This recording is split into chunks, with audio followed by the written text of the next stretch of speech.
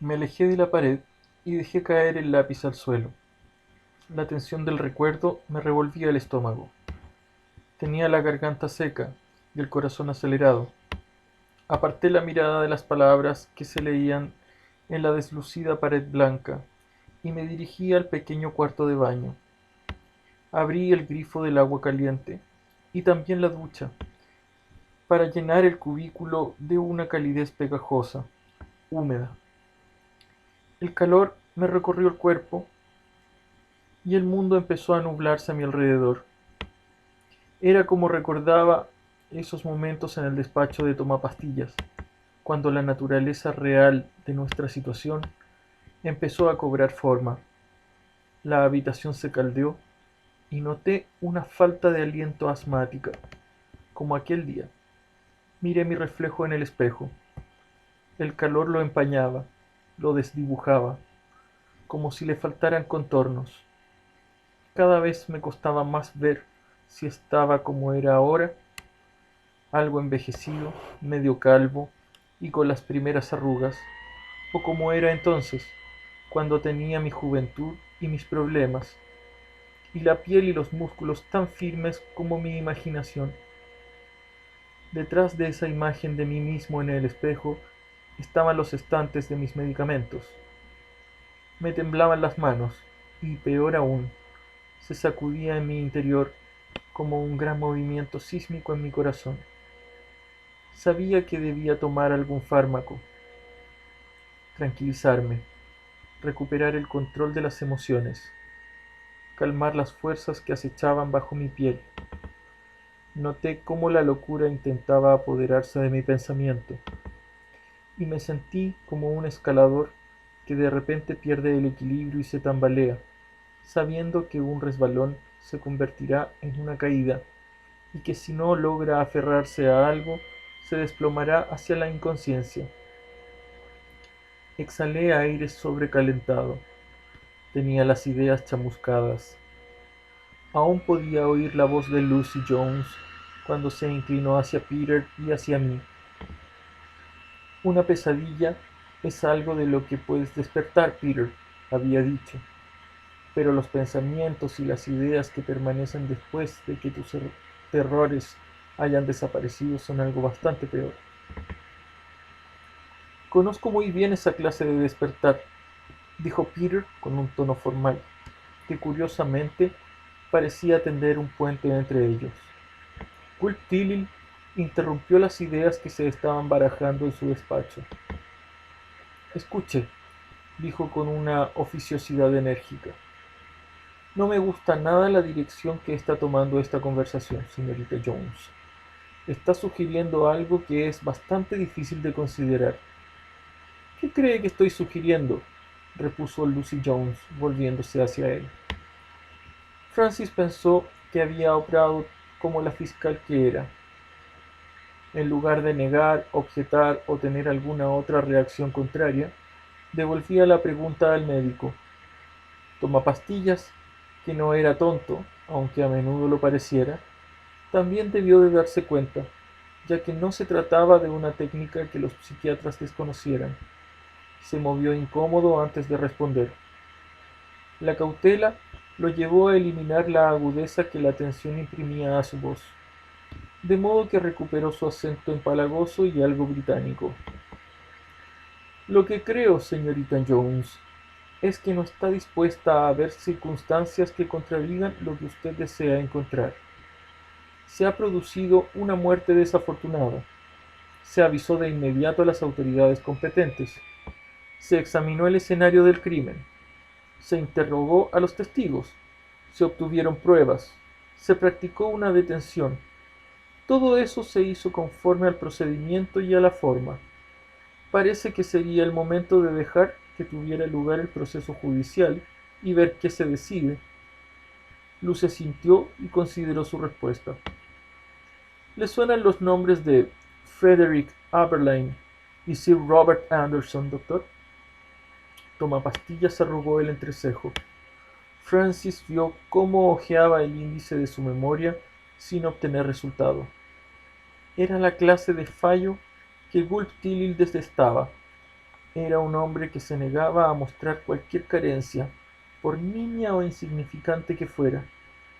Se revolvió en el asiento, carraspeó una o dos veces y respondió meneando la cabeza. No, lo siento. Esos nombres no me dicen nada. ¿Cuál es su relación con esta discusión, si puede saberse? Quizá, doctor, le resulte más familiar un coetáneo de ellos, repuso Lucy, en lugar de contestar directamente.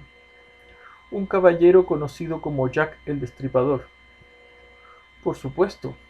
Curtilil entornó los ojos. Se lo menciona en notas a pie de página en varios textos médicos y psiquiátricos, sobre todo debido a la ferocidad y notoriedad de sus crímenes. Pero los otros... Aberline era el inspector encargado de investigar los asesinatos de Whitechapel en 1888. Anderson era su supervisor. ¿Está familiarizado con esos hechos? Hasta los niños conocen a Jack el Destripador, replicó el médico, y se encogió de hombros. Incluso ha dado lugar a novelas y películas. Sus crímenes dominaban las noticias, prosiguió Lucy. Atemorizaban a la población. Se convirtió en una especie de referencia contra la que muchos crímenes parecidos se siguen comparando hoy en día, aunque en realidad se limitaron a un área bien definida y a una clase muy concreta de víctimas. El pánico que provocaron era desproporcionado con respecto a su impacto real, lo mismo que su impacto en la historia. En el Londres actual, se puede hacer una visita guiada en autobús por los lugares de los asesinatos, y existen grupos de debate que siguen investigando los crímenes. Casi 100 años después, la gente sigue morbosamente fascinada. Todavía quiere saber quién era Jack. ¿Cuál es el propósito de esta lección de historia, señorita Jones? Quiere decirnos algo, pero creo que no sabemos muy bien qué. A Lucy no pareció importarle esta reacción negativa. ¿Sabe qué ha intrigado siempre a los criminólogos de los crímenes de Jack el Destripador, doctor? No. Que terminaron tan de repente como empezaron. ¿Sí? Como un grifo de terror abierto y después cerrado. Clic. Así. Sin más. Interesante, pero... Dígame, doctor, según su experiencia, las personas dominadas por su compulsión sexual, sobre todo para cometer crímenes espantosos, cada vez más brutales y que encuentran plena satisfacción en sus actos, ¿paran espontáneamente? No soy psiquiatra forense, señorita Jones, pero según su experiencia, doctor. Sospecho, señorita Jones, respondió con tono de superioridad a la vez que sacudía la cabeza, que usted sabe tan bien como yo que la respuesta a esa pregunta es que no. Un psicópata homicida no puede poner término a sus crímenes, por lo menos no voluntariamente, aunque a algunos de ellos la excesiva culpa les lleva a suicidarse. Estos, por desgracia, son minoría. Por lo general, los asesinos reincidentes solo se detienen debido a alguna circunstancia externa. Sí, cierto. Anderson y Aberline barajaron tres posibilidades para el cese de los crímenes de Jack el Destripador en Londres. La primera, que hubiera emigrado a América, poco probable, pero posible. Aunque no constancia, aunque no hay constancia de asesinatos de ese tipo en Estados Unidos. La segunda, que hubiese muerto, bien por suicidio o a manos de alguien, lo que tampoco era demasiado probable. En la era victoriana, el suicidio no era muy frecuente, y tendríamos que suponer que a Jack el Destripador lo atormentaba su propia maldad, algo de lo que no existe ningún indicio. La tercera era una posibilidad más realista, ¿cuál? Que Jack hubiese sido recluido en un hospital psiquiátrico e, incapaz de salir de ahí, permaneció para siempre tras sus gruesas paredes. Hizo una pausa antes de preguntar. ¿Son muy gruesas aquí las paredes, doctor? Tomapastillas reaccionó poniéndose de pie. Lo que está sugiriendo, señorita Jones, es espantoso. Tenía el rostro crispado. ¡Imposible! ¿Que algún destripador actual esté aquí, en este hospital? ¿Dónde podría esconderse mejor? Preguntó la fiscal en voz baja. Tomapastillas se esforzaba por recobrar la compostura. La idea de que un asesino, aunque sea inteligente, pudiera ocultar sus verdaderas pulsiones a todo el personal del hospital es ridícula. Puede que eso fuera posible en el siglo XIX, cuando la psicología estaba aún en mantillas, pero no en la actualidad.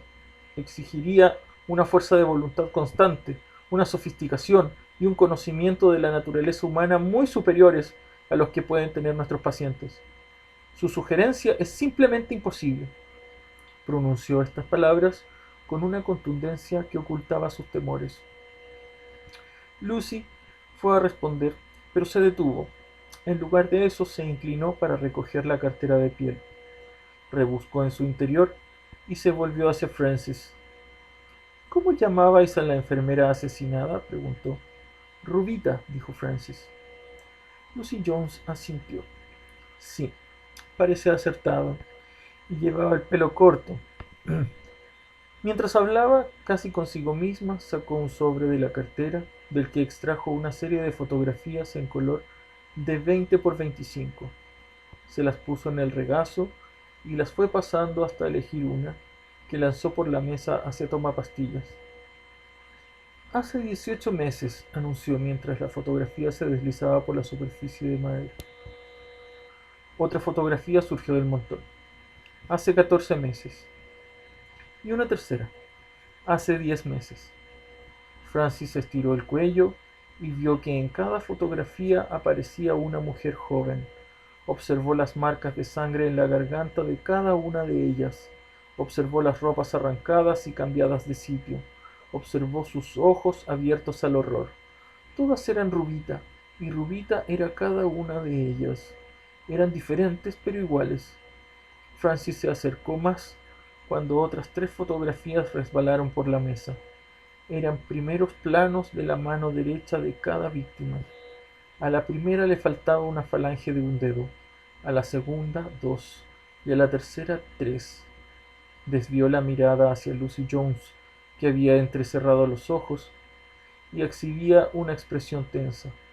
Francis pensó que resplandecía un momento con una intensidad a la vez incandescente y gélida. La joven inspiró despacio y habló con voz dura, baja.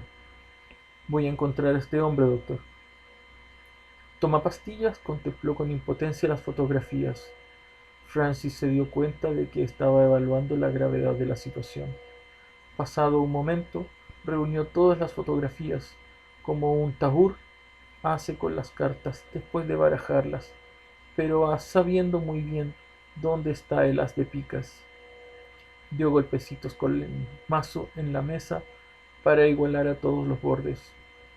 A continuación se las devolvió a Lucy. Sí, admitió, creo que lo hará, o al menos lo intentará. Francis no pensó que Tomapastillas quisiera decir realmente lo que decía, pero después recapacitó. Quizás sí quería decir realmente algunas de las cosas que decía, mientras que otras no. Decidir cuáles era muy difícil. El médico volvió a su asiento. Tamborileó con los dedos sobre la mesa. Miró a la joven fiscal y arqueó sus pobladas cejas negras, como si previera otra pregunta. Necesitaré su ayuda, dijo por fin Lucy. Por supuesto. Tilly se encogió de hombros. Es evidente. Mi ayuda y la de otros, claro. Pero creo que, a pesar de la increíble similitud entre la muerte que se produjo aquí y las que usted nos ha mostrado de modo tan melodramático, está usted equivocada. Creo que, por desgracia, nuestra enfermera fue atacada por el paciente que está ahora detenido y acusado del crimen. Sin embargo, en aras de la justicia, la ayudaré con todos los medios a mi alcance, aunque solo sea para que se quede tranquila, señorita Jones. Francis pensó de nuevo que cada palabra decía una cosa, pero quería decir otra. Voy a quedarme aquí hasta obtener algunas respuestas, aseguró Lucy. Tilly la sintió despacio. esbozó una sonrisa forzada. Puede que aquí no seamos especialmente buenos en proporcionar respuestas, comentó. Las preguntas abundan, pero lograr soluciones es más difícil. Y por supuesto, no con la clase de precisión legal que yo diría que usted desea, señorita Jones. Aún así, prosiguió, nos pondremos a su entera disposición en la medida de lo posible. Para llevar a cabo una investigación como es debido, repuso Lucy, como usted muy bien indicaba, necesitaré algo de ayuda y acceso a todo y a todos. Permítame que se lo recuerde otra vez. Esto es un hospital psiquiátrico, replicó el médico.